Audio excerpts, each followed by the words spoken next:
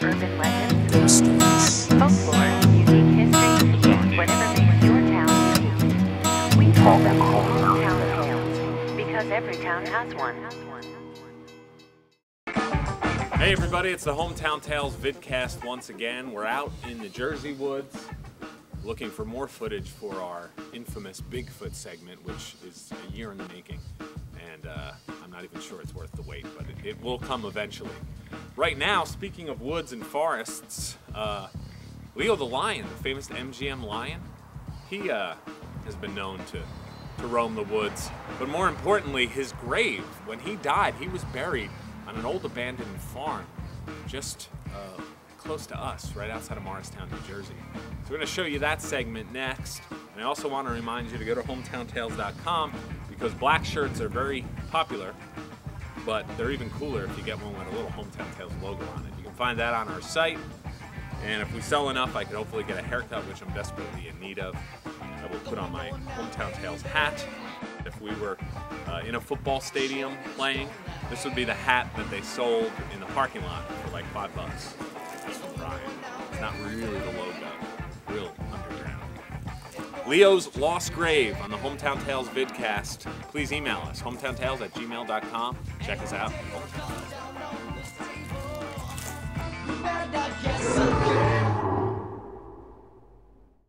Before Hollywood, New Jersey was once the motion picture capital of the world. After all, Thomas Edison first captured images on emulsion here. And Fort Lee and the Palisades were home to many major movie studios in the 20s and 30s. With show business thriving in the state and the Big Apple just a stone's throw away, a famed animal trainer settled on a farm in Gillette, New Jersey. On this farm, he would bury one of the most famous felines from the silver screen. Today, this famous animal lies underneath an old tree unknown to most passers-by, not a gravestone or marker to commemorate his passing. The early days of showbiz sent Volney Pfeiffer, an animal trainer and trapper, across the globe in search of lions for a new picture. In transit, one of the lions died and left Volney in a bind. Making a quick stop in the Sudan, he came across another lion, inadequate, unhealthy, and the runt of the litter. Goldwyn Studios, which would eventually merge with Mayer Studios to become MGM, used a lion as its trademark. When they noticed Pfeiffer and Leo's trick, they filmed and recorded him to be placed before each of their films. Pfeiffer took Leo on MGM tours and fairs across the country, and Pfeiffer himself bought a farm just past the Great Swamp in New Jersey. It was there that he set up a mini zoo and farm where he kept some of his animals. Joe DuPont, longtime resident and Leo the Lion activist, remembers Pfeiffer's farm as a child.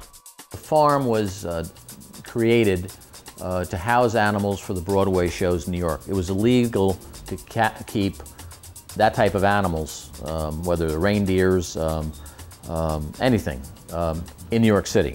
So the deal was they'd keep them here and they'd bring them in for the shows, and then when they're done with the show, they bring them right back here. There was always, even when we moved here, and even after Volney's death, they still had lions down there. Kids used to bring, snakes and things like that and swap them to get into the place. Instead they didn't have any money, so they would bring them things and they'd, take them and. Pfeiffer's niece, Joanne Rains, wrote a book about an American family's odyssey during the Depression and World War II. As a child, her family lived on the farm, and she was even there when her uncle buried Leo. She recalls having her picture taken with the animal, her brother, and cousin at the Chicago World's Fair. At the fair, there was no glass between us and Leo.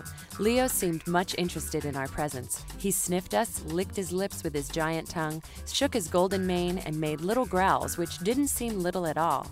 I can testify personally that Leo had lots of golden hair, enormous white shiny teeth, and big fat paws. Finally, Uncle Volney turned his attention to us and focused his camera. The moment the camera clicked, I, who certainly knew better, stuck out my tongue right at the camera, right at Uncle Volney, and no one scolded me.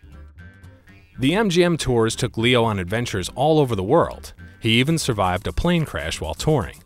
Eventually, the friendly feline was retired to the Philadelphia Zoo, where he spent his last days.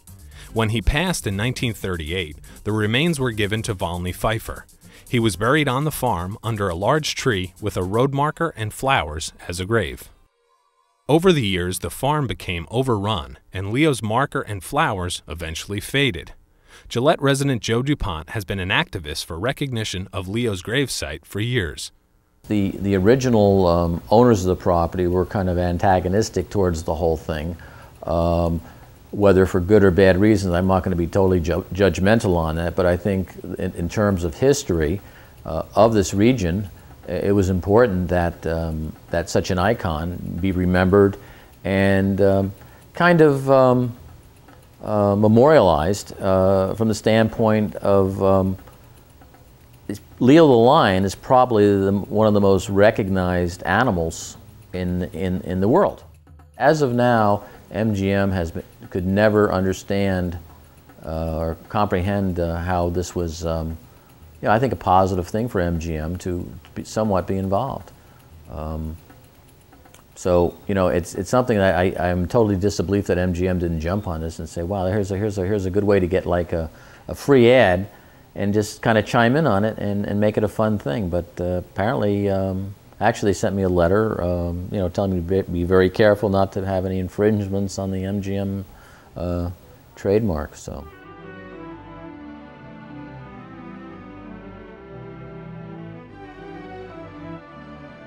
Currently, the new owners of the property are open to the idea of a memorial or marker to represent Leo. It's just a matter of coordinating all the different parties to organize this. If you have further information on Leo the MGM Lion or are interested in helping further the cause, please contact us at Hometown Tales.